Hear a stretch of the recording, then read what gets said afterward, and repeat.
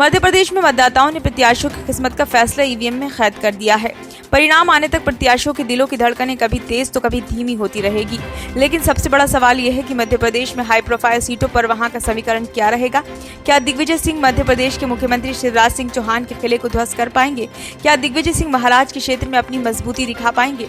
चुनाव में सत्ताधारी भाजपा और कांग्रेस नेता राज्य में घूम घूम कर रोड शो और जनसभाएं करते रहे, एक दूसरे पर आरोप प्रत्यारोप लगाते रहे और अपने प्रत्याशियों के पक्ष में मतदान करने की अपील करते रहे। लेकिन इन सब के बीच बीजेपी ने कांग्रेस पर लगातार एक शब्द उछाला, बंटाधार। ये शब्द भाजपा द्वारा दिग्विजय सिंह और 1993-2003 में राज्य के मुख्यमंत्री के रूप में उनके 10 साल के शासन के लिए इस्तेमाल की जाने वाला अपमानजनक शब्द है।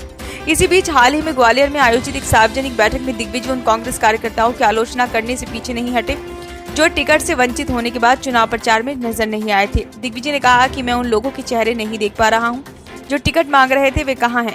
क्या यही है कांग्रेस के प्रति आपकी निष्ठा? आपको शर्म आनी चाहिए। जो लोग टिकट मांग रहे थे और अब घर बैठे हैं, उनके लिए मेरे दरवाजे हमेशा बंद रहेंगे। दिग्विजय का ये तर्क दे सकते हैं कि उन्होंने ये निंदा करने का अधिकार पा लिया है जिस व्यक्ति ने घोषणा की थी कि वह 2003 की हार के बाद 10 वर्षों तक चुनाव नहीं लड़ेगा। उसने पिछले 5 वर्षों का अधिकांश समय मध्य प्रदेश की लंबाई और चौड़ाई में घूमते हुए बिताया है।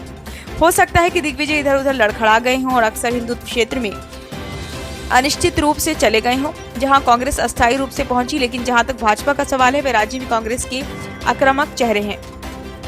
आश्चर्य की बात नहीं है कि इस चुनाव के लिए दिग्विजय को भाजपा के गढ़ मानी जाने वाली 66 सीटों पर कांग्रेस संगठन को पुनर्जीवित करने का कठिन काम सौंपा गया। उन्हें इस काम के लिए लंबी दूरी के यात्री और मध्य प्रदेश के लिए कांग्रेस के अघोषित सीएम चेहरे कमलनाथ ने चुना था, चाहे कांग्रेस खुद को सत्ता में पाती है या नहीं।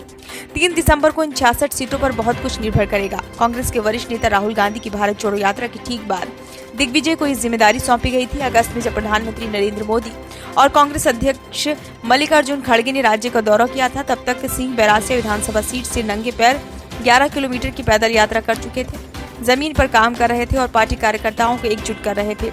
दिग्विजय ने तब से अपने लगातार दौरों के दौरान बड़ी और छोटी सभाओं में भाग लिया, कार्यकर्ताओं को एकजुट किया और नाराज पार्टी कार्यकर्ताओं को मनाने के लिए कदम उठाए। पार्टी कार्यकर्ता उनके बारे में बात करते हैं कि उन्होंने जमीनी स्तर के कार्यकर्ताओं को मंच पर आने और अपनी शिकायतें बताने की इजाजत दी, क्योंकि उन्होंने धैर्यपूर्वक उनके सुझावों को सुना और लिखा था।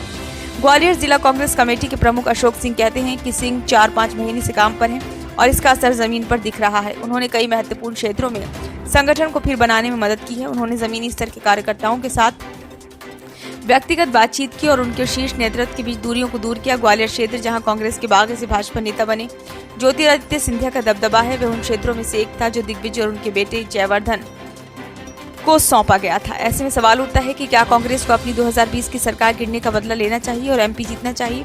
वहीं पार्टी जयवर्धन से बड़ी भूमिका निभाने की उम्मीद है। दौरों के अलावा दिग्विजय ने सेवा दल, एनएसयूआई, महिला कांग्रेस और किसान कांग्रेस जैसे प्रमुख संगठनों के साथ साथ जिला पंचायत, जनपद पंचायत, नगर पंचायत के सदस्यों और शहरी स्थानीय निकायों के पार्षदों के साथ बैठकों के माध्यम से कांग्रेस को एकजुट किया। हालांकि कांग्रेस को अभी भी 40 से अधिक विधानसभा सीटों को विद्रोह का सामना करना पड़ा है। पार्टी के कई उम्मीदवार बसपा में चले गए हैं, जिससे कांग्रेस जो उम्मीद लगाए है उसको झटका लग सकता है। टिकट वितरण को लेकर सार्वजनिक तौर पर कुछ घटनाओं के बाद कांग्रेस को भी दिग्विजय और कमलनाथ के बीच मतभेद की बात को खारिज करना पड़ा है। बीजेपी के लिए सबसे पसंदीदा निशाना बने हुए हैं जो उनकी सरकार के तहत कुशासन का दावा करने के अलावा उन पर हिंदू विरोधी होने का आरोप लगाती है। कांग्रेस सूत्रों का कहना है कि इसी वजह से दिग्विजय ने हाई प्रोफाइल कार्यक्रम और सुर्खियों से दूर रहने का फैसला किया है। कांग्रेस वर्किंग कमेटी के सदस्य कमलेश्वर पटेल का कहना है कि इससे असहमति कोई आश्चर्य की बात नहीं है। पटेल कहते हैं कि कुछ लोगों का दूसरी पार्टी में जाना और असंतुष्ट होना स्वाभाविक है, लेकिन हमारे वरिष्ठ नेता दिग्विजय सिंह और कमलनाथ ने विद्रोह को रोकने का काम किया है। हमारा मानना है कि जो जमीनी काम किया है उससे हमें कठिन सीटों पर मदद मिलेगी।